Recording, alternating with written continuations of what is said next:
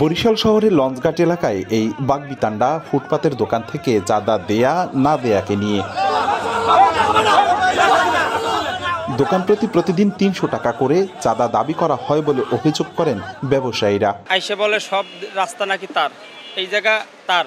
আমি রাস্তা আমনে রয় কেমন এই জায়গা আমার, এনে দোকানদারি করলে আমার ৩০,০০০ টাকা দেবে, ডেলি ৩০০ টাকা দেবে। অকাত্য ভাষায় গালাগালি করতেছে। তারপর ওনার পরিচয় আমি জানতে চাইলাম, উনি বললো যে ওনার নাম মাকসুদ, উনি ওয়ার্ড বিএমপির কত নম্বর ওয়ার্ড বিএমপির নাকি যুগ্ম আহ্বায়ক। বরিশাল শহরের লঞ্চঘাট, নগর ভবনের সামনের সড়ক, ফজলুল হক এভিনিউ, পোর্ট রোড, নতুন বাজার, মরকখোলার পোল সহ প্রায় এলাকায় ফুটপাত দখলের এমন চিত্র দেখা যায়। এতে একদিকে যেমন পথচারীদের ভোগান্তি, অন্যদিকে সড়ক সংকুচিত হওয়ায় সৃষ্টি হচ্ছে যানজট। তবে ফুটপাত দখলকারীদের দাবি, কর্মসংস্থান না থাকায় অনেকটা পেটের দায়ে বাধ্য হয়ে করছেন এ কাজ।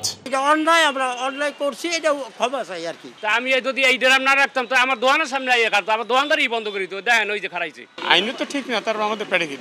বরিশাল নগর পুলিশ বলছে ফুটপাত দখল হওয়ায় কিছুটা বিঘ্ন হচ্ছে চলাচলে, আর কেউ চাঁদাবাজির লিখিত অভিযোগ দিলে আইনগত ব্যবস্থা নেওয়া হবে। এ বিষয়ে আমাদের কাছে এ পর্যন্ত ভার্বাল বা রিটেন কোনো অভিযোগ আসে নাই।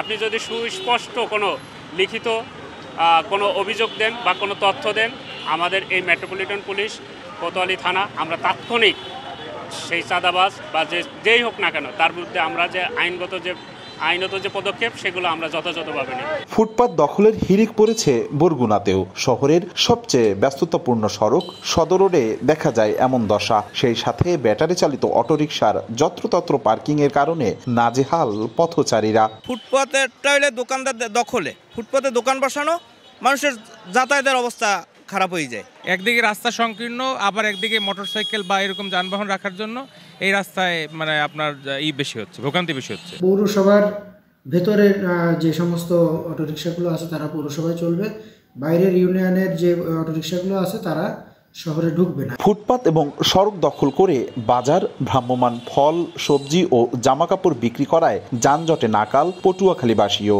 শহরের পৌর নিউ মার্কেট থেকে সদর থানা পর্যন্ত যানজট নিত্যদিনের। ফুটপাত দখল করে অনেকে দোকানপাট তৈরি করেছে, দোকানপাট দিচ্ছে, যে কারণে যানজট সৃষ্টি হচ্ছে। অবৈধভাবে দখল করিয়া এখানেই করতে, তাতে আমাদের চলাফেরা খুব অসুবিধা হয়েছে। আসন্ন ঈদকে ঘিরে বরিশাল বিভাগের ৬ জেলা শহরই বেপরোয়া হয়ে উঠেছে দখলদাররা। অপূর্ব অপু, সময় সংবাদ, বরিশাল।